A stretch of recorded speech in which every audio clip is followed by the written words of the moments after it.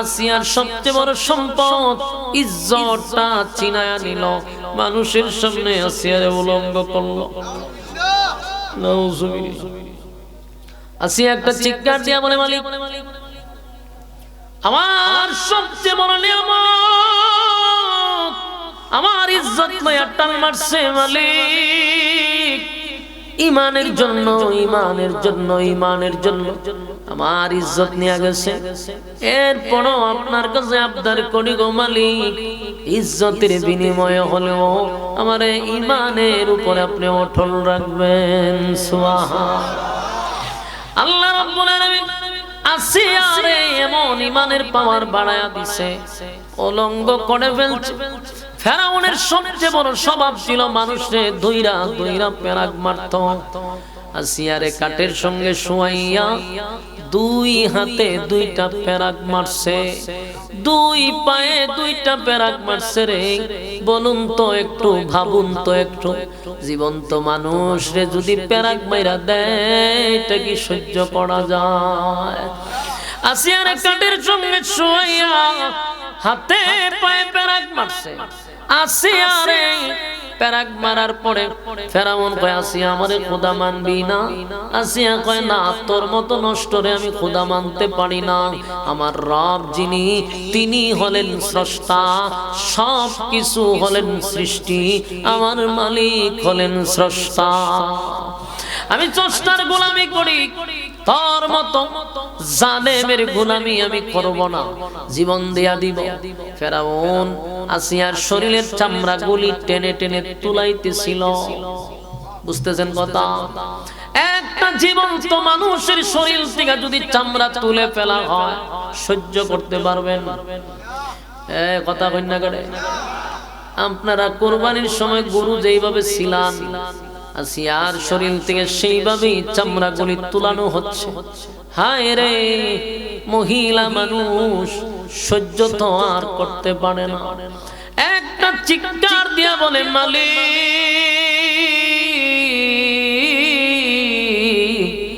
আপনার জন্য, ইমানের জন্য আজকে ফেরাউন আমার শরীরের চামড়া গুলি তুলে দিচ্ছে। আল্লাহ আমি আর সহ্য করতে পারি না, আল্লাহ আমি আর বরদাস্ত করতে পারি না। মালিক আপনার পাশে আমার একটা ঘর বানায়া দেন, আমারে আপনার পাশে নিয়ে যান।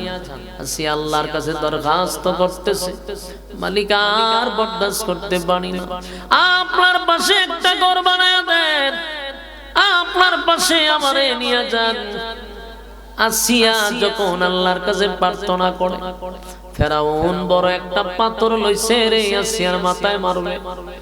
আসিয়ার মাথার সামনে আইসা দেখে আসিয়া মুস্কি মুস্কি হাসতেছিল, আসমানের দিকে তাকাইয়া চিৎকার দিয়া কোন সুবহানাল্লাহ।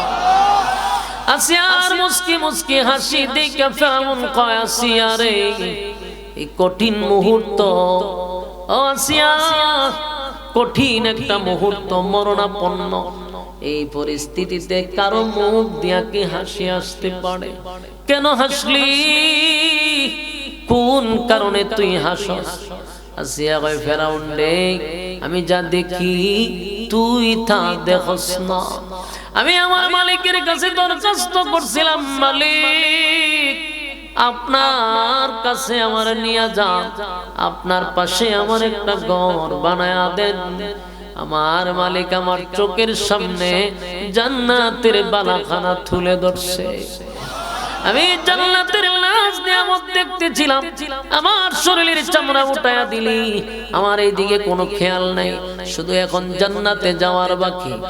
এই ফেরাউন বড় একটা পাথর আসিয়ার মাথায় মারছে, আসিয়া শাহাদাত বরণ করছে, কিন্তু আসিয়া ঈমান দেয় নাই, ঈমান দেয় নাই।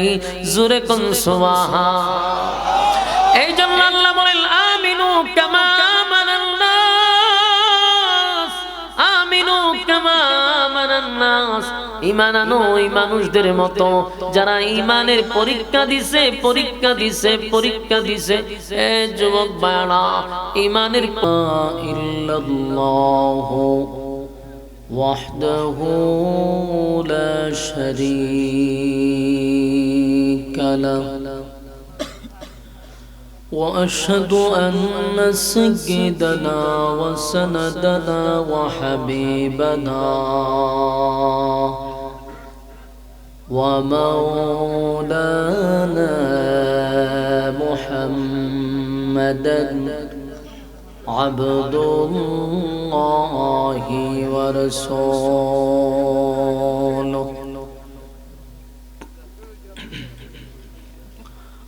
أرسله بالحق بشيرا ونذيرا وداعيا إلى الله بإذنه وسراجا منيرا أما بعد فأعوذ بالله من الشيطان الرجيم بسم الله الرحمن الرحيم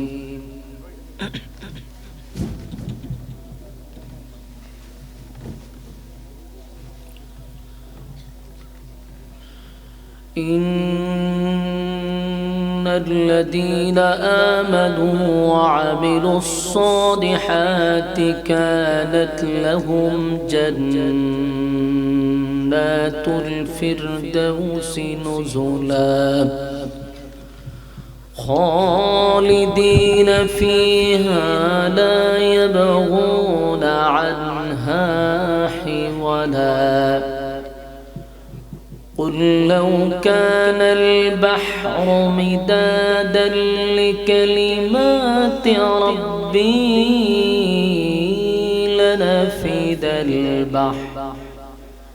لنفد البحر قبل أن تنفد كلمات ربي ولو جئنا بمثله مددا قل إنما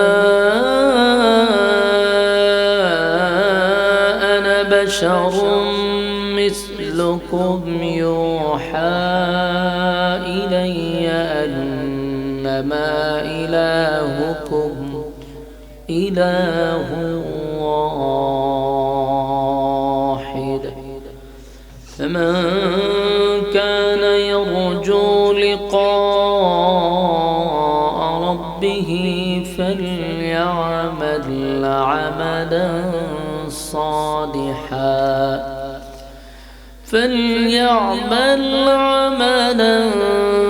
صالحا ولا يشرك بعبادة ربه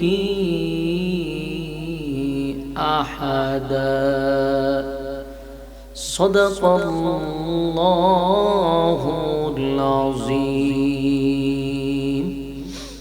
درود شريف پڑھیں اللهم صل على محمد وعلى آل محمد كما صليت على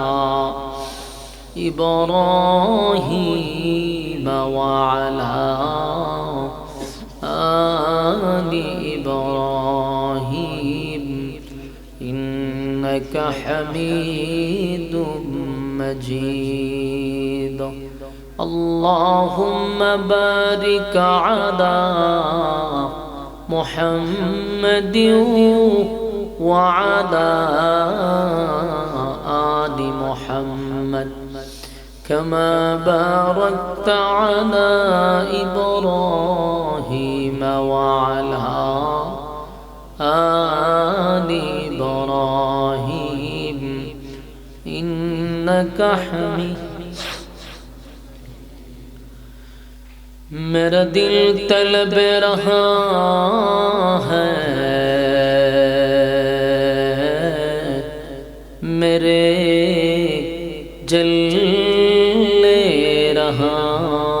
है सीना ए दवा वही मिलेंगी मुझे ले चलो मदीना बलगना बिकमालिही कशफत बिजमालिही हसनत जमीअ खसालिही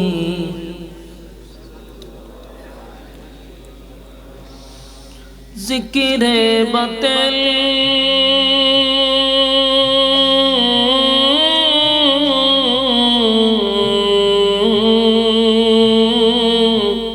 खो हटा दे दिल से रब जिक्र में तेरे लगा दे रोज शाब ला इलाहा ला इलाहा ला इलाहा ला इलाहा इल्लल्लाह ला इलाहा ला इलाहा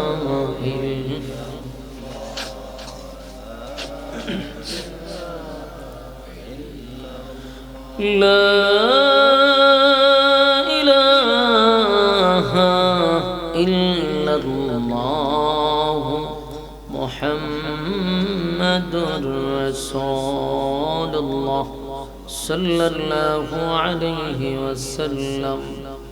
আলহামদুলিল্লাহ মৌলবীরগাঁও পূর্বপাড়া ইসলামী যুব সংগঠনের অধ্যক্ষে আল্লাহ বলেন আমিও জান্নাত দেওয়ার জন্য প্রত্যেকটা মানুষকে দুইটা শর্ত দিয়েছি। বলুন কয়টা শর্ত? দুইটা শর্ত দিয়েছি। এই দুই শর্ত যারা মানবে আল্লাহ কইছে আমি ওয়াদা দিছি তোমাদেরকে জান্নাত দিব। শুধু জান্নাত দিব এতটুকু বলে নাই, কইছে সবচেয়ে ভিআইপি জান্নাতটা দিব, জান্নাতুল ফিরদাউস। জান্নাতুল ফিরদাউস আমি তোমাদেরকে দিব দুই শর্তের বিনিময়ে। প্রথম শর্তটা কি? ইন্নাল্লাযীনা আমানু, এক নাম্বার হলো ঈমান, দুই নাম্বার হলো ওয়ামিলুস সালিহাত, নেক আমল। তাহলে ঈমান এবং নেক আমল, এই দুই শর্ত যারা মানবে পরের অংশ আল্লাহ বলেন কানাত লাহুম জান্নাতুল ফিরদাউসি নুজুলা। আল্লাহ বলেন দুই গুণে গুণান্বিত যারা হবে তাদেরকে আমি জান্নাত দিব। সুবহানাল্লাহ। এই আপনারা এত কথা কোন কা লড়াচড়া করেন না? আপনারা বিরক্ত হইতেছেন নাকি? না, এত কাছের থেকে কথা বলে তো সমস্যা, মনোযোগ নষ্ট হয়। আল্লাহর রাস্তায় কেউ কথা কয়েন, আশেপাশে কি কথা কয়েন না। আরে এই ফুলা ফান্ডি দৌড়াদৌড়ি করতেছে কেন? হ্যাঁ, আপনারা ভলান্টিয়ার যারা আছেন বা একটু ওই এদিকে যান, দুই একজন এদিকে যান, বাচ্চাগুলারে ওই রাস্তা উঠাই দেন।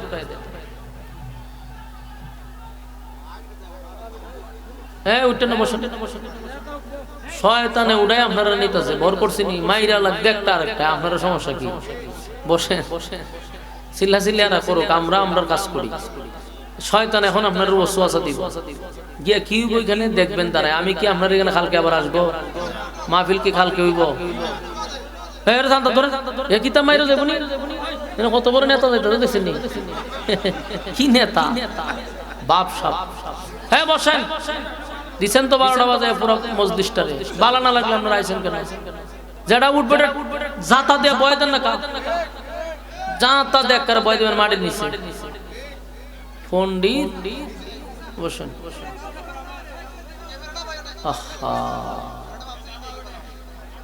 তাই না এক সাংবাদিক রে বা ওখানে আরেক দরবারও ভালাইছে আমার কতক্ষণ ফোর ফোরে একটা লারা সারাতে বুঝায় যে আমি অনেক বড় সাংবাদিক, সময় টিভির থেকে আইছে। যাক কাগিতে আপনি এটা লাগাইয়া বারে বারে না উঠলে তো আপনারা মানুষ দেখতো না, এটা কিথা দেখতো আমার মোবাইল লাগাই তো রাখছে।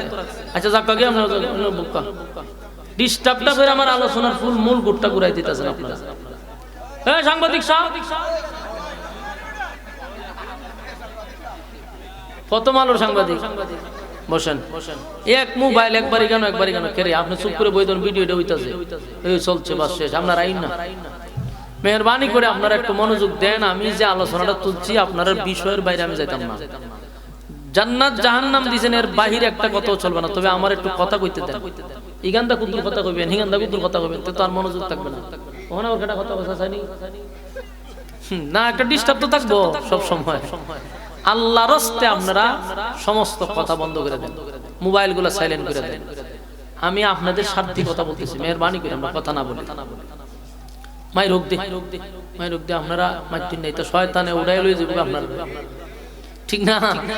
ভিতরে ওয়াসওয়াসা দিব, উঠ তুই না গেলে হইতো না, তুই বড় বহুত বড় এক নেতা, তুই উড়াই লই যাবো আপনারা। আসলে কুস্তানা আপনি কেন হারে থাকবেন, কোন সময় কোন ইডা উডা আপনার মাথার পরে শেষ নেতাগিরি। বসেন বসেন। তো বলুন আল্লাহ কি কইছে? জান্নাত দিব। তবে কি নরমাল জান্নাতের কথা কইছে? দেখেন আল্লাহ ওয়াদা দেওয়ার সময় কিন্তু নরমাল জান্নাতের কথা বলে নাই, কইছে জান্নাতুল ফিরদাউস, সবচেয়ে ভিআইপি জান্নাতটা তোমাদেরকে দিব। দিব বলতে না, কইছে মেহমান বানাবো। সুবহানাল্লাহ। তোমাদের কি জান্নাতের মেহমানদার আমি আল্লাহ করাবো। আল্লাহ মেজবান, বান্দা বান্দি মেহমান। সুবহানাল্লাহ। তবে বান্দাদেরকে দুইটা শর্ত দিছে। এক শর্ত ঈমান, দুই শর্ত নেক আমল। এই দুইটা লইয়া তুমি কবরে আসো, আমি তোমারে জান্নাত দিয়ে দিব। কিন্তু আমরা এই দুইটার কাছে দাঁড়াও নাই। আমি যদি কেন সবাই জিজ্ঞে আপনারা কি ইমানদার, সবাই হবে জি হুজুর ইমানদার। কেউ নিজের বেঈমান দাবি করবে না, সবার দাবি হইলো আমরা ইমানদার, ঠিক না? দাবি সবার ইমানদার। আপনি যদি এই এলাকার সবচেয়ে বড় বেনামাজি যে ঈদের নামাজও পড়ে না, এরকম বেনামাজি আসেনি? ঈদের নামাজও পড়ে না, জুমাও পড়ে না, এমন একটা বেনামাজির আপনি জিগাইয়েন যে ভাই তুই তো নামাজ পড়ছই না, ঈদের নামাজটা না। তোর মতো বেনামাজি আমরা এলাকার জন্য কলঙ্ক। আচ্ছা জাগা কত তোর ঈমান আছে? সে বুক তিনটা তাফা দিয়ে নামাজ না পড়লে কি আমার ঈমান আছে, ঠিক না? ঠিক লারা দিয়া হইব, স্বাভাবিক ভাবে হইতো না। আপনি যদি আপনার এলাকার সবচেয়ে বড় সুদ করে জিগান বলে রে সুদ খায় তো সারা গ্রামটা শেষ করে দিয়েছিস, তোর মতো নিকৃষ্ট লোক নাই, তোর নাম দিয়া পানির মাঝে ফু দিলে ফুক মেরে জায়গা তে কসাইন তোর ঈমান আছে নি?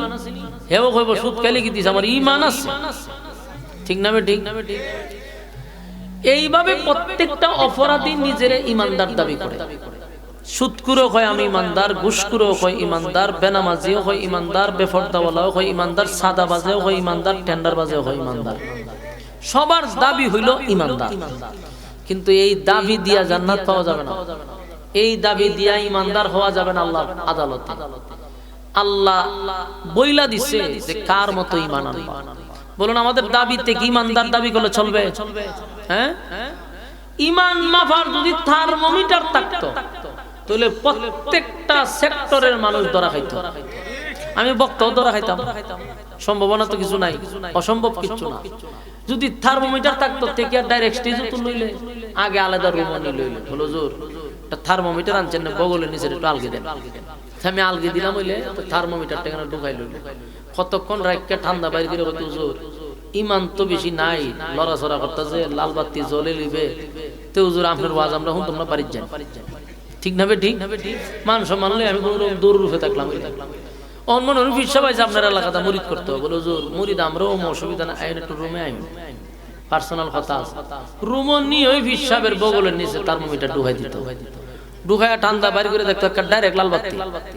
তো এই ফির সাহেবের কাছে খেয়ে মরি দিত, কইতো গাট্টি গুজ করলে তাড়াতাড়ি দূর রূপে থাকেন, ঠিক না? ঠিক নেতায় যদি আইতো বলে আমার চরিত্র ফুলের চেয়ে পবিত্র বলে তা শুনছি বহুত আগের থেকে, আগে আগে মাইপা লই মাইপা দেখতো লাল বাতি জ্বলে, এই নেতারে কেউ আর সমর্থন করতো?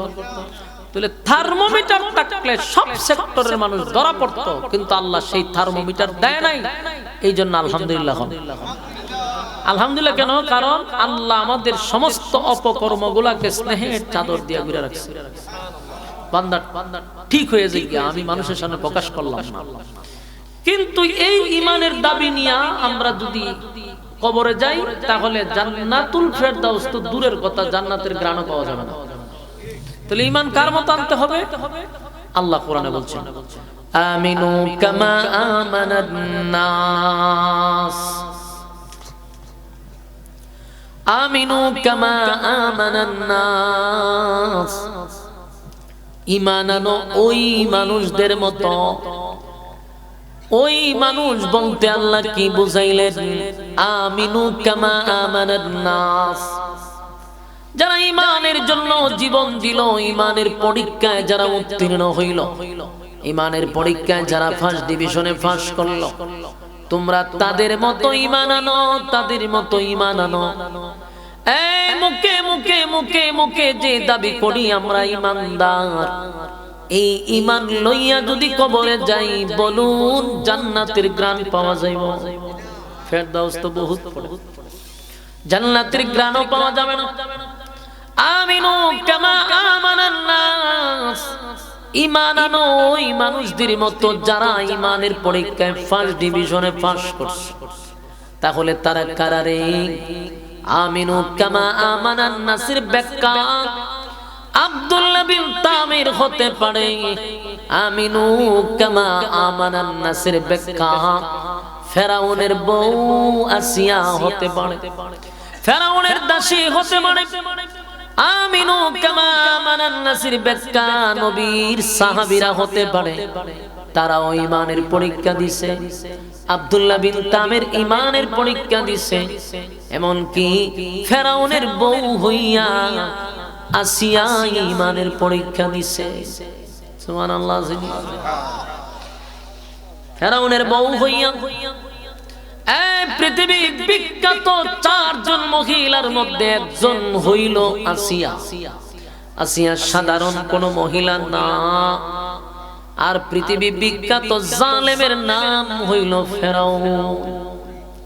ফেরাউনের ঘরে তাইকা যদি আসিয়া 4 জন মহিলার মধ্যে একজন হতে পারে রে, আমাদের গ্রাম গঞ্জের শহরে বন্দরে যেই মহিলারা ইবাদত বন্দেগী করতে গিয়া স্বামীর দোষ দেয়, হয় আমরার ঘরের বেড়ারা ভালো না, হ্যাঁ হয়নি? তুমি যদি তোমার পুরুষ ভালো না হয় অভিযোগ দাও, তাহলে বলো ফেরাউনের চেয়ে কি তোমার স্বামী খারাপ? হয় কথা কই না, ওই ওয়াজ করতে যায় কেন? সব মন দিয়ে আছে কেন? জগরাত হঠাৎ কি মনোযোগ আছে আপনারা? মনোযোগ না থাকলে জান্নাত জাহান্নামের বয়ানের আমারে কেড়ে দিলেন বিষয়। এটা তো মনোযোগের বয়ান। আমার যুবক ভাইরা, আসিয়া গোটা পৃথিবী বিখ্যাত 4 জন মহিলার মধ্যে একজন, এটা আপনার মাথায় রাখতে হবে।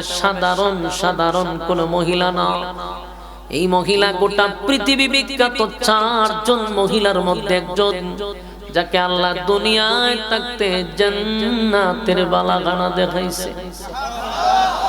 জান্নাতের বালাখানা দুনিয়ায় থাকতে দেখাইলো। এই আসিয়া একটা ফেরাউনের ঘরে তাইকা সংসার কইরা জান্নাতি মহিলা হইছে। আর আমাদের দেশের মহিলাদেরকে যদি বলি নামাজ পড়েন, রোজা রাখেন, হজ করেন, যাকাত দেন, পর্দায় থাকেন, তো হুজুর আপনার ঘরের বেড়া ভালো না, আপনার ঘরের পুরুষটা বেশি সুবিধা না। এক বেডি তোর মা বউ জামাই কি ফেরাউনের চেয়ে বেশি খারাপ? তাহলে হুদাউদি কেটে জামাইটারে দোষ। ফেরাউনের চেয়ে তো খারাপ না। ফেরাউন মানুষে ফেরাক মারতো, দূরে ফেরাক মেরে দিত।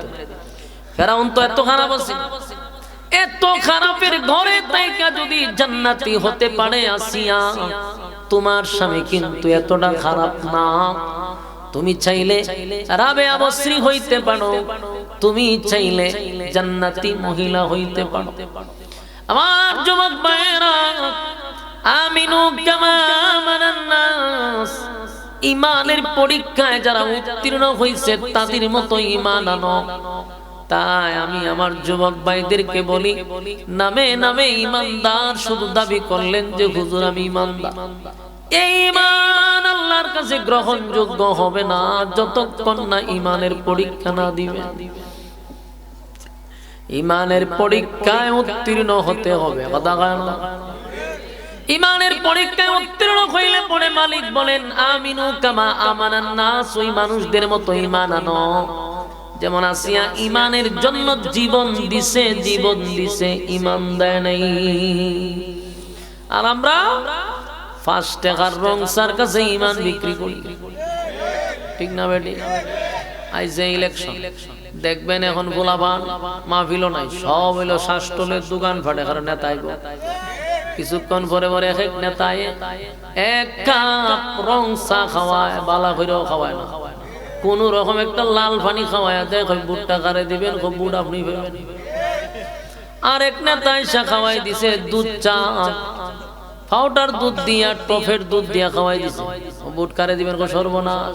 আগের নেতা খাওয়াইছেন রং চা, আপনি খাওয়াইছেন দুধ চা, বুট দিয়ে আপনার যেমন লাগে। নেতায় খুশি, সালাম আলকি দিয়া গেছে। কিছুক্ষণ পরে আরেক নেতা ইয়া কফি মাইরা দিছে। এখন আগের 2 নেতার নামও জানে না, কফির নাম জপতেছে, কফিরে দিয়া দিবে, ঠিক না বেটি? 3 নেতা বাদ দিয়া বোর্ডের আগের রাত্রে 500 টাকা করে দিলে শেষ। অন রঙও নাই, দুধও নাই, কফিও নাই, তোর নাম হইছিলি না, ঠিক না বেটি? এই হলো আমাদের চরিত্র, এই হলো আমাদের ঈমান। এই ঈমান লইয়া যদি কবরে যাই, কসম খোদার জান্নাতের গ্রাণ পাওয়া যাবে না। তাই সাহাবীদের মতো ঈমান আনো, যারা ঈমানের পরীক্ষা দিল তাদের মতো ঈমান আনো।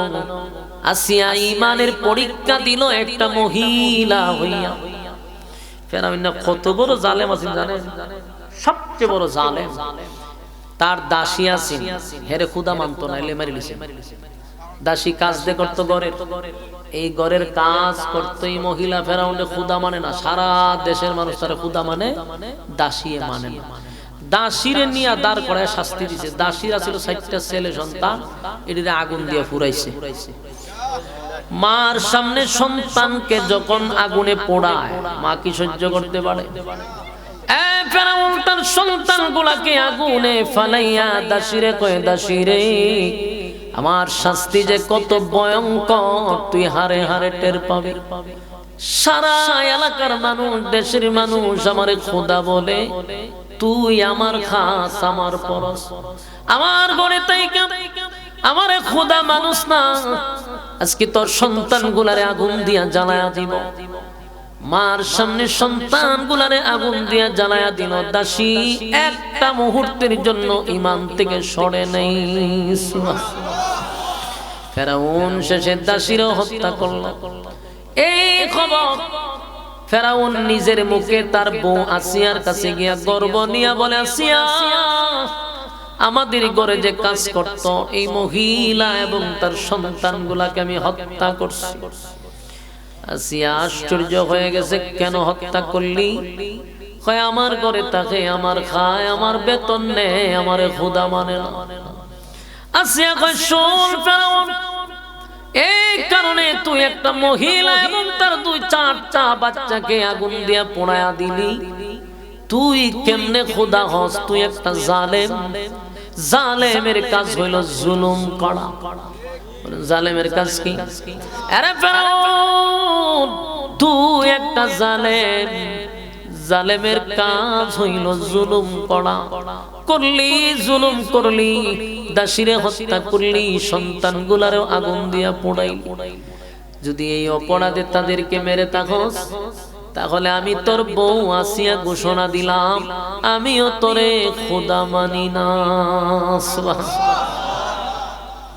ফেরাউনের সামনে দাঁড়াইয়া আসিয়া কয়, আমি তোরে খোদা মানি না।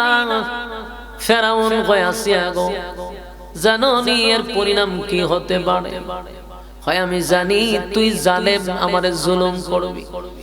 অসুবিধা নাই, আমি আমার রবের উপরে ঈমান আনছি, একত্ববাদী খোদার উপরে ঈমান আনছি। মুসারে আমি নবী হিসাবে মেনে নিছি। সুবহানাল্লাহ। আসিয়া কয়, আমার রব যিনি, তার মরণ নাই, তার জন্ম নাই, মৃত্যু নাই। আমার রব যিনি, তিনি জন্ম দেয় না। আমার রব যিনি, উনি জন্ম নেয় না, জন্ম দেয় না, জন্ম দেয় না। এরে ফেরাউন না, তোর জন্ম আছে, তোর মৃত্যু আছে, তুই জন্ম নিজেও হইছ, জন্ম নিজেও দেশ। আমার রব যিনি, তার জন্ম নাই, জন্ম দেয় না, জন্ম নেয় না। লাম ইয়ালিদ ওয়া লাম ইউলাদ, লাম ইয়ালিদ ওয়া লাম ইউলাদ, আমি আল্লাহ কারো কাছ থেকে জন্ম নেই নাই, কাউরে জন্ম দেই নাই। ওয়ালাম ইয়াকুল্লাহু কুফুয়ান আহাদ, আমার সমতুল্য কেউ নাই গো, সমতুল্য কেউ নাই গো। তাহলে এবার আসিয়া কি বলল? ফেরাউন নেই, আমি যে খোদার উপরে ঈমান আনছি ওনার জন্ম নাই, ওনার মৃত্যু নাই, উনি চিরঞ্জীব, উনি ঘুমায় না, উনি খায় না। তুই জনমের মতো ঘুমাস, জনমের মতো খাস, জনমের মতো জন্ম দেস, তুই কেমনে খোদা হস আমার বুঝে ধরে না। তোরে খেড়ায় খোদা কয়, এটা তার বড় বড়, তোরে খোদা কে কয়? ফেরাউনের মেজাজ কিন্তু গরম হইতেছে, কিন্তু বউ তো ঠান্ডা মাথায় কয়, বউ পরিণাম ভালো হবে না। আসিয়া কয়, শোন আমার মালিক ঘুমায় না, তুই নাক ডেকে ঘুমাস। আল্লাহর কি ঘুম আছে? এই জুড়ে এখন তোমরা আছে। লাম ইয়ালিদ ওয়া লাম ইউলাদ, জন্ম নাই, জন্ম দেয় না, জন্ম নেয় না, ঠিক না বেটি? ঘুম নাই, তন্দ্রা নাই। লা তাখুযুহু সিনাতু ওয়ালা নাওম।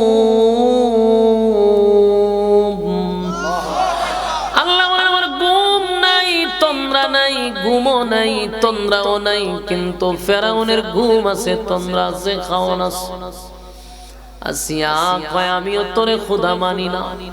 ফেরাউনের মেজাজ গেল গরম হইয়া, ঘরের বউ যদি আমার খোদা না মানে রে, দেশের মানুষ আমারে কেমনে মানবে?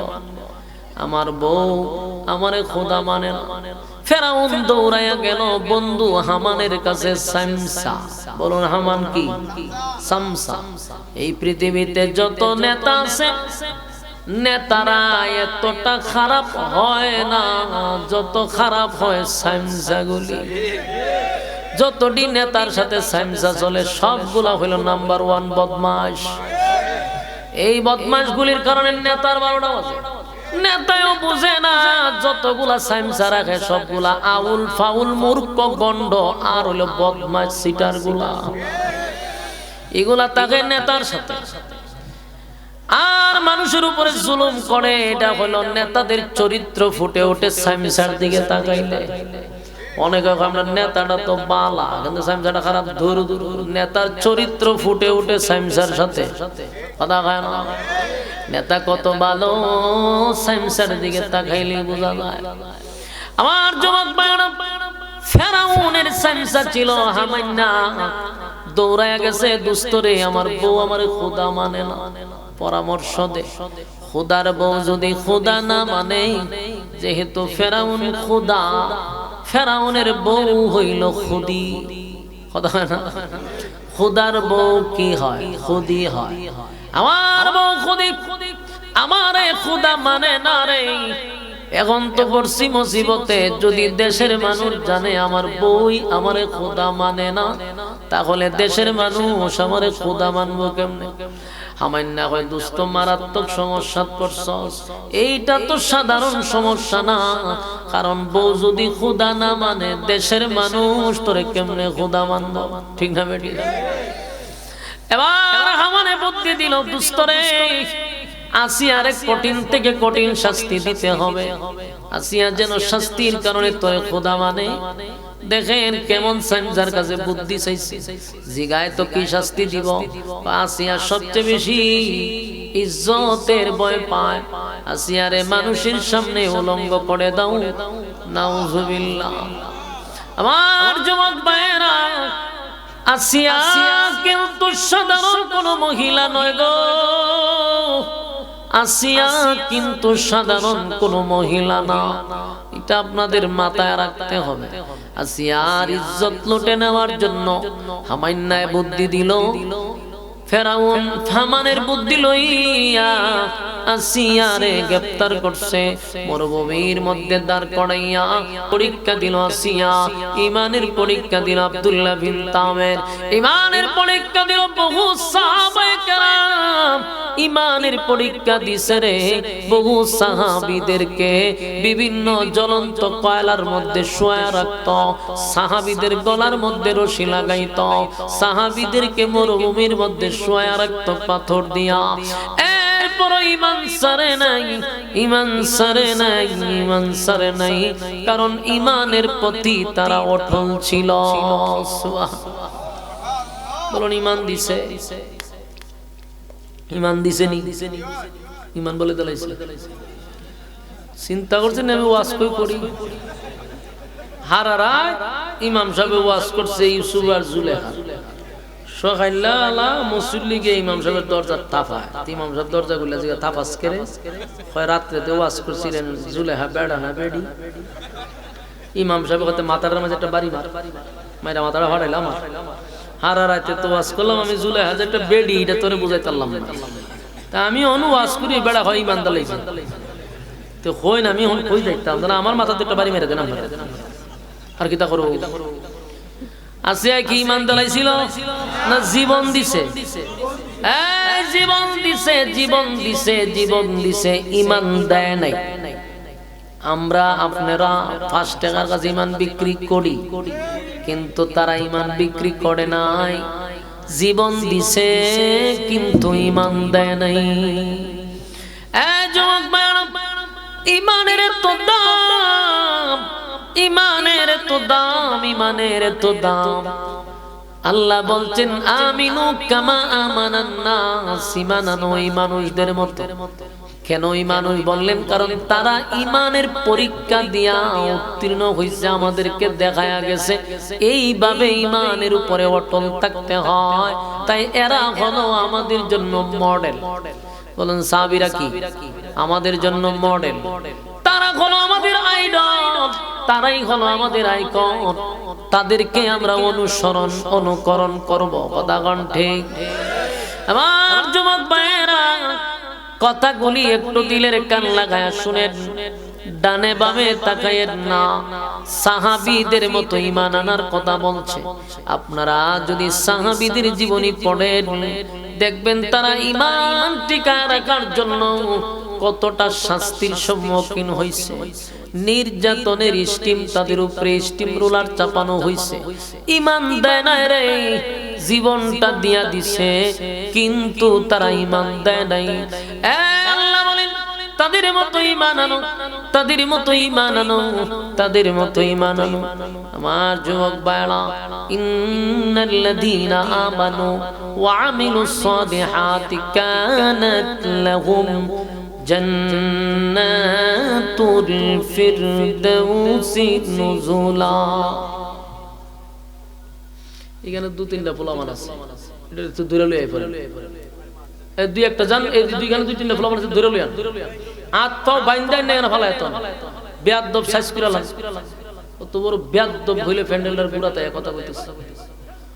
আমার যুবক ভাইরা, আমিনু কামা আমানান নাস, একদিকে আল্লাহ বুঝাইছে তাদের মতো ঈমান আনো। আর ইন্নাল্লাযীনা আমানু ওয়া আমিলুস সালিহাত, আল্লাহ কয় ঈমান আনার পরে তোমরা নেক আমলটা করো। যদি নেক আমল না থাকে রে, তাহলে তোমারও দাম নাই। ঈমানের সাথে নেক আমল লাগবে। নেক আমল লইয়া যদি কবরে আসো, আল্লাহ কয় ওয়াদা দিলাম কানাত লাহুম জান্নাতুল ফিরদাউসি নুজুলা। আমার যুবক ভাইরা, আল্লাহ বলছেন জান্নাত আমি তোমাদেরকে দিব, সাধারণ কোন জান্নাত নয়, জান্নাতুল ফিরদাউস, যেখানে ঢোকার পরে খালিদিনা ফিহা লা ইয়াবগুনা আনহা হিওয়ালা। জান্নাতীরা জান্নাতের ভিতরে ঢুকবে আর কোনদিন তারা বাহির হতে চাইবে না, বাহির হবেও না। আল্লাহ বলেন বান্দারে, যেদিন তুই জান্নাতের ভিতরে ঢুকবি সেদিন সমস্ত আফসোস আশা আকাঙ্ক্ষা পোড়া হবে। কিন্তু দুনিয়াতে কোনোদিন আফসোস পুরা হবে না, দুনিয়াতে আহাঙ্কা পোড়া হবে না। কথা কোন ঠিক নেই? যদি আপনারে আমারে আমেরিকার প্রেসিডেন্টও বানায়া দেয়, বলুন আফসোস পুরা হবে? ওই কথা বলে আফসোস পুরা হবে না। দেখেন না আমেরিকার টামরে বানাইছে এখন প্রেসিডেন্ট, সে প্রেসিডেন্ট হইয়া অর্ধেক পাগল আছেন, আগে এখন পুরা পাগল হয়েছে। পাগল হইয়া যা মনে চায় তা করতেছে। পুরা পৃথিবী তার লাগবে, নির্দোষ দেশগুলারে সে ধ্বংস করতেছে। ওই দেশরে মারে, এই দেশরে মারতেছে। হ্যাঁ, ইরানের সাথে লাগলো, হের সাথে লাগলো, আমেরিকা, এমন কোন দেশ নাই, সব তীরে মারে। কিন্তু হে কি হয় না? সন্ত্রাস হয় না। সে সন্ত্রাস হয় না, যাদেরকে মারে এদেরকে সন্ত্রাস ট্যাগ লাগাই দেয়, এরা জঙ্গি লাগাই দেয়। ঠিক না বেটি? চিন্তা করছে এটা তত্ত্ব সন্ত্রাস। গোটা পৃথিবীর মিডিয়া ডোনাল্ড ট্রাম্পের দিকে তাকায় থাকে, হ্যাঁ যেটা কইব এটা সবার উপরে ছেড়ে দিবে। দেশের মানুষকে সে নিরহ মানুষকে হত্যা করে, বিভিন্ন দেশের উপর আক্রমণ করে, অন্যায়ভাবে আইনগত যত অপরাধ আছে সে করে। এরপর মাইরাটের হেরা লাগাই দেয়, এরা সন্ত্রাস ছিল, এরা জঙ্গি ছিল, আর হে ভালো মানুষ মক্কার ইমাম সাহেব। বাস্তব না বাস্তব? তাহলে হেরে আমেরিকার প্রেসিডেন্ট হওয়ার পর তার কি চাহিদা পূরণ হয়েছে? আরো রক্ত চায়, আরো রক্ত চায়, রক্ত পিপাসু, রক্ত খাইতে চায়। তার মানে দুনিয়া সব দিয়া লাইলেও মানুষের আফসোস পুরা হবে না। কেন হবে না? এটা কয়েকটা কারণ আছে। দুনিয়াতে কিছু নিয়ামত আছে আল্লাহ কোনোদিন দিবে না। দুনিয়াতে কিছু নিয়ামত আছে তা কোনোদিন দিবে না। নবী রাসূলুল্লাহ আল্লাহ দেয় নাই, আর আপনারা দিব কেন? কিছু নিয়ামত আছে কোনোদিন পাবেন না, কিন্তু মনে মনে সবাই চাই। এই জায়গাটা একটু ইয়াদ রাখবেন। আমাদের সকলের একটা চাহিদা আছে, কিন্তু আমরা যে পাবো না এটাও জানি, কিন্তু প্রতিদিন এটা চাই। কি আশ্চর্য ব্যাপার! পাবো না জানি, কিন্তু প্রতিদিন প্রতিটা সেকেন্ডে সেকেন্ডে আমরা এটা চাই। কিন্তু আমরা যে পাবো না সেটাও জানি। বৃদ্ধ কোন, যুবক কোন, নারী কোন, পুরুষ কোন, সবাই চায়, সবাই জানে এটা পাবে না। দুনিয়াতে এমন কিছু নিয়ামত আছে রে যা আল্লাহ কোনোদিন মানুষকে দিবে না, দিবে না। যদিও মানুষের আফসোস, কিন্তু দিবে না। আল্লাহ কয় যেদিন জান্নাতের ভিতরে ঢুকবি সেদিন আমার কাছে চাওয়া লাগবে না, আমি এমনিতেই দিয়া দিব। যেমন দুনিয়াতে এমন কিছু নিয়ামত আছে যেই নিয়ামত গুলার জন্য তামাম পৃথিবীর সব আলেমদেরকে যদি এক করে দোয়া করান কাম হইল না। যেমন আমরা সবাই জানি আমরা মরতে হবে, কথা কই না? আমরা সবাই মরতে হবে, কিন্তু আমরা কি কেউ মরতে চাই? কথা কই না? আমরা কেউ মরতে চাই না, কিন্তু আমরা সবাই বাঁচতে চাই। প্রতি সেকেন্ডে আমরা বাঁচতে চাই, কিন্তু আমরা যে বাঁচবো না এটা আমরা সবাই জানি। কথা কই না? বাঁচবো না সবাই জানি, কিন্তু বাঁচতে চাই প্রতি সেকেন্ডে। এই যে আফসোস, আমি বাঁচতে চাই।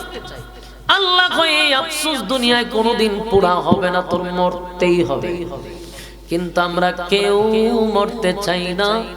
এখন যদি কোন বলে হুজুর বাংলাদেশের হুজুরদের প্রতি আমরা কোনো আস্থা বিশ্বাস নাই, আমরা মক্কার মদিনার ইমাম সাহেবের ভাড়া করে না দোয়া পড়াবো, তে করা দোয়া করছে 1 মাস, যখন আল্লাহর আল্লাহ যেন আমার মরণ না দেয়, কবুলিব। কথা হয় না? মক্কা মদিনার ইমাম দিয়া যদি দোয়া করান, দোয়া কবুল হবে না, মরতে হবে। ঠিক না বেটি? কিন্তু মরণ আমরা চাই না, মরতে আমাদের হবে। ঠিক না বেটি? এই পৃথিবী থাকার জায়গা নয়, আমাদেরকে চলে যেতে হবে, না থাকার জায়গা। আমার আগে এই বাড়িতে বাস করেছে অনেকজন, তারাও গেল আমিও যাব, রইব না আর বেশিক্ষণ। কেউ থাকতে পারে না, আমিও না, তুমিও না, তাহলে মরতে হবে, কিন্তু মরতে চাই না। আল্লাহ কয় এই আফসোস কোনদিন দুনিয়াতে পুরা হবে না, হবে না, হবে না। কিন্তু জান্নাতে ঢোকার সাথে সাথে এই নিয়ামত আমি আল্লাহ তোমাদেরকে এমনি দিয়া দিব। সুবহানাল্লাহ। জান্নাতে ঢোকার পরে 1 নাম্বার সুসংবাদ হলো আর কোনদিন মরবেন না, আর কোনদিন মরণ নাই, মরণ নাই, মরণ নাই। জোরে কোন সুবহান। দুনিয়াতে মরণ আছে রে, কিন্তু জান্নাতে মরণ নাই, জান্নাতে মরণ নাই। মরণ নাই যার চিন্তা কোনো জিন্দা নাই। তাহলে এক নাম্বার, দুনিয়াতে কেউ মরতে চায় না, কিন্তু মরণ লাগবো। আর জান্নাতে মরণ নাই। সুবহানাল্লাহ। দুই নাম্বার হলো হাতে গুনলেন, দুই নাম্বার যে নিয়ামতটা চাইলে আমরা পাবো না দুনিয়ায়, এটা হলো আমরা কেউ কোনোদিন বৃদ্ধ হতে চাই না। কথা হয় না? বৃদ্ধ হতে চাই না রে, কিন্তু বৃদ্ধ আমাকে হওয়াই লাগবে। দেখুন যেন কথা নেই, ইটার সামনে ওয়াজ করুন আর গুরুস্থানের সামনে বইয়া জিয়ারত করুন, দেখ কত মুর্দার মতো। হ্যাঁ আমার বাচ্চা না মরাবে মাতুই না দি তা হা খুব কইতে ডর তো লাগে যে আমি গুরুস্থানের সামনে বয়ে দিল আমারে। আমার কথা কি বুঝতেছেন? বুড়া হন লাগবো নি? আমরা কি বুড়া হইতে চাই? কেউ চায় না। একটা চুল যদি খালি ফাঁকে, যেমন আমরার বয়সের যে ফুলা মানে চুল একটা ফাঁকছে, এটা আয়নার সামনে গিয়ে তুকাইয়া একেবারে মনে করেন গোয়েন্দা বাহিনী লাগাই দেয়, লাগাই এটা তুকাই বাইর করবো যে একটা চুল ফাঁকছি, টাইম না এটা সিরা সামনে না কতক্ষণ দেখে দিকে হবে বাপরে বাপ, এরপরে ভালা ঠিক নেই। মানে উদ্দেশ্য হলো বুড়া হন যেত না, চুল একটা ফাঁকছি এটা কেড়ে মানুষের দেখবো, তার মানে বুড়া হইতে চায় না, কিন্তু বুড়া হওয়ার লাগবে। ঠিক না বেটি?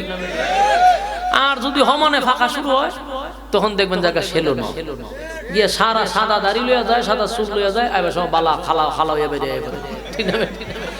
যদি জিগান বলে খিতাও দাড়ি দিয়ে খালুই গেল এখন এলে বুড়া দেখা যায়, তার মানে তার উদ্দেশ্য বুড়া হতে। পৃথিবীর কোন মানুষ বৃদ্ধ হতে চায় না, কিন্তু আপনাকে বৃদ্ধ হওয়াই লাগবে। যতই চেষ্টা করেন, চুল যতই খালা করেন উপর দিয়া আর ঠান্ডা ছিঁড়েন, কিন্তু হি আপনার ভিতর দিয়া বুড়ো হইতেছেন। ঠিক না বেটি? ফিটফাট উপর দিয়া ভিতর দিয়া সতর্কা, আপনার চামড়া ঢিল হইতেছে, চোখের জ্যোতি কমতেছে, এখন আপনার শরীর আগের মতো নাই, লাড়িলে আকারিত হয়। যতই আপনার চুলো কলপ দেন লাভ হইব নি? আমরা উবায়দুল কাদের নাম শুনছেন না? হ্যাঁ, কাদের সাহেব এ বেড়া দেখবেন শৈল কিচ্ছু নাই, আটে যে এরম এরম এরম করে একদিন দেখছি একটা ভিডিও, আটে কেমনে কেমনে জানা আটে, এর চুল যে খালা, এতে কলপ মলপ দিয়া খালা মালা কইরা তয়। আর শুনছি আমি তো তার এলাকাতে প্রোগ্রামও করছি, ওই ভিতরে দিয়ে 8-10টা গেঞ্জি লাগায়, মোড়া মোড়া লাগায়, উঠে যায় কুটটা গিয়ে ফিটিং পড়ে, শৈল কিচ্ছু নাই, আর যেতে তাওরাইয়া ফিরে জায়গা, কিন্তু উপর দিয়ে বেটা ফিট পারতায় কেন মাঝে বুঝতেছে না, বেটা বুড়ো হইছে না, কিন্তু হেমাদা বুড়ো হয়ে যায়। ঠিক না বেটি?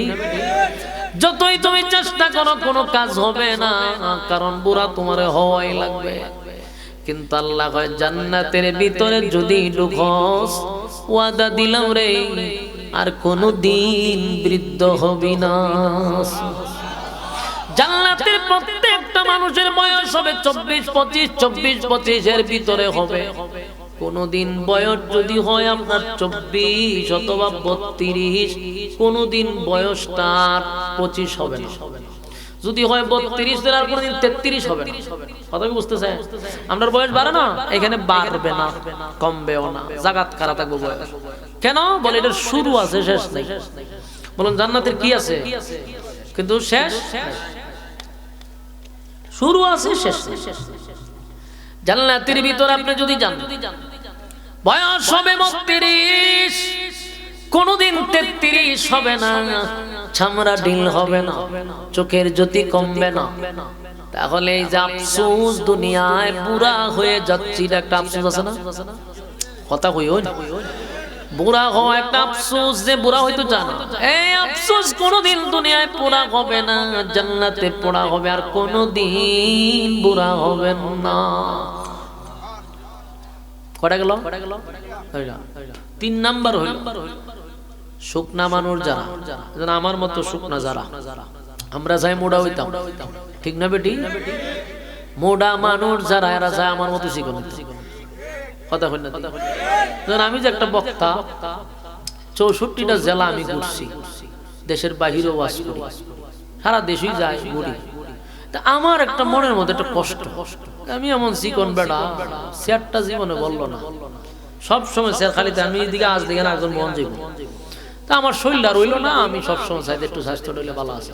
তা আমার বন্ধুদের মধ্যে আবার কিছু মোড়া আছে, তেরারা দেখলে কই তোর মতো বডি ডইলে তো আমার একটা সেটটা মধ্যে বইলে একটা কিছু দেখা যাইতে তেতে আমারে কয় দোস্ত তোর মতো বডি ডইলে না আমি দোয়া করি আমার যে কষ্ট আমি দুতলা তুতারি না নিচতলা লামতারি না আমার একটু উঠলে আমি হেদানি শুরু করে দাও চোখ উল্টা জায়গা আমি যে কি কষ্টে আছি কিরকম হালকা ভাত হলে তো দূর মেরে গেলাম বলে পরে হলাম ভাই তাক তাক দরকার নেই যা উনাই যত গানি তাক তাহলে হের আফসোস হলো শিখনই তো আর আমার আফসোস হলাম মুড হইতাম পরে চিন্তা করলাম যে দুনিয়া আফসোসের জায়গা ঠিক না আমি যেটা চাই এটা আমার হয় না হ্যাঁ যেটা চাই এটা হের হয় না মূল কথা হলো দুনিয়া আফসোসের জায়গা পুরা হবে না ঠিক না বেটি চিকন মানুষ মোড়া হইতে চায় মোড়া মানুষ চিকন হইতে চায় লম্বা মানুষ বাড়ি মানুষ যদি খাটো এরা সব সময় মনে হয় দেখবেন চিন্তা যে একটু যদি লম্বা হইতাম ঠিক না বেটি আর একটা ফুট লম্বা হইলে খামসার হারাটা জীবন যদি আফসোস করে আর মক্কা মদিনার ইমাম সাহেবের দরজা লাগাই ধরে যদি দোয়া করা খামইব নি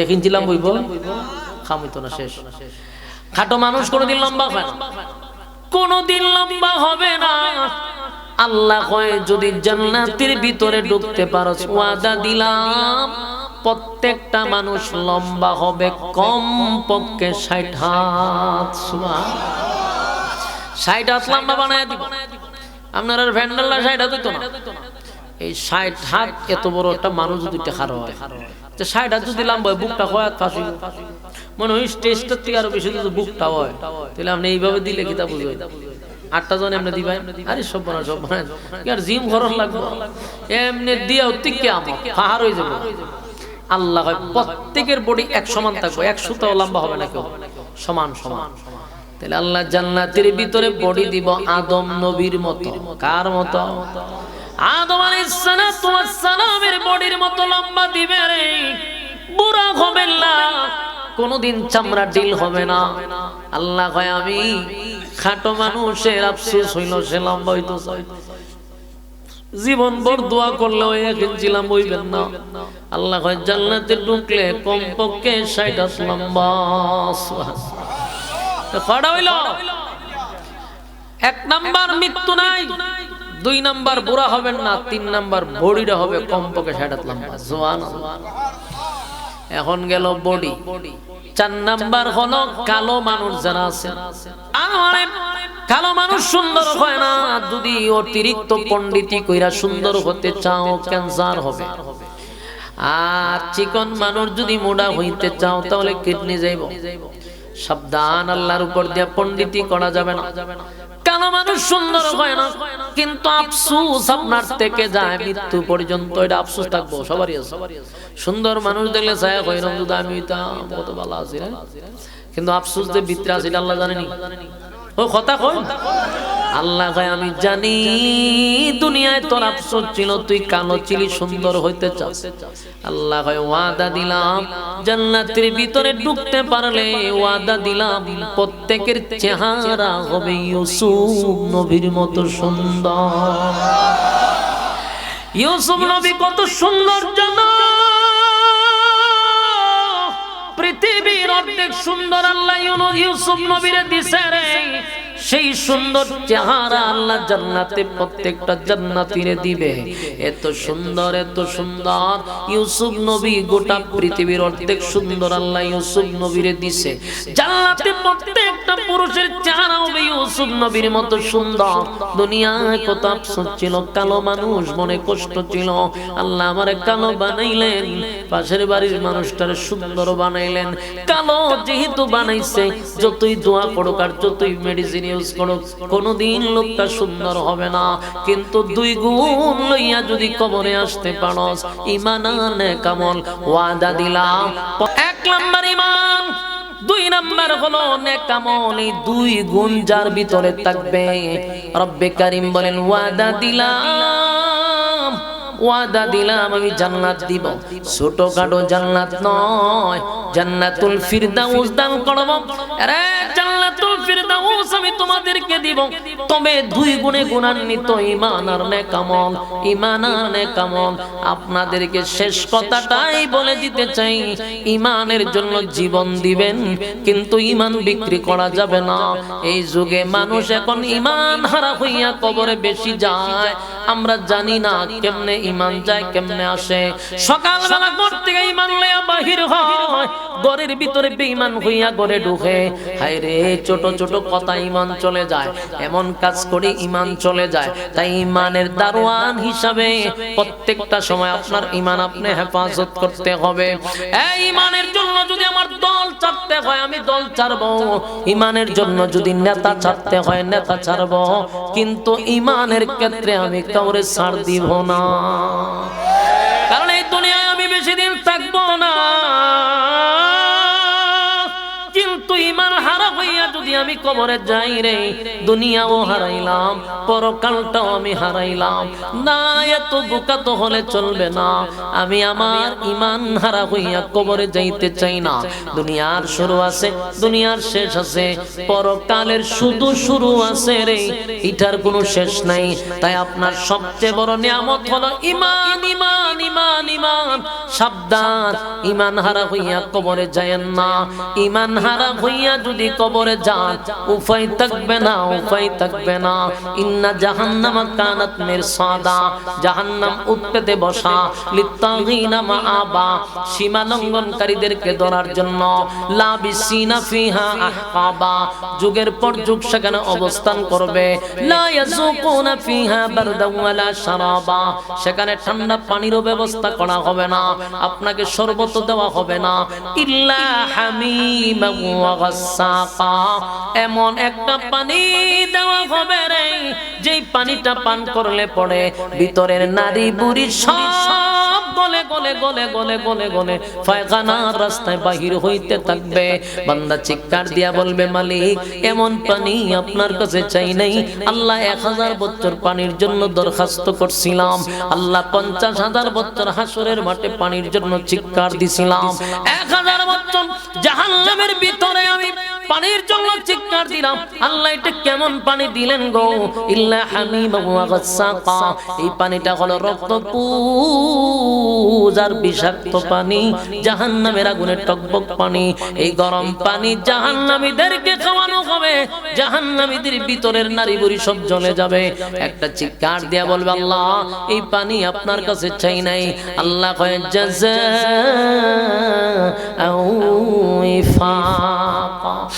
বললে এখন বুঝ মজা কেমন লাগে, মজা কেমন লাগে, মজা কেমন লাগে। বলুন সেদিন কি এই কথাটা শুনলে আপনাদের ভালো লাগবে? আল্লাহ যদি হয় মজা কেমন লাগে বুঝ, এই কথা কেউ সহ্য করতে পারবো না। তাই এখন থেকে আমাদেরকে সঠিক রাস্তায় আসা দরকার।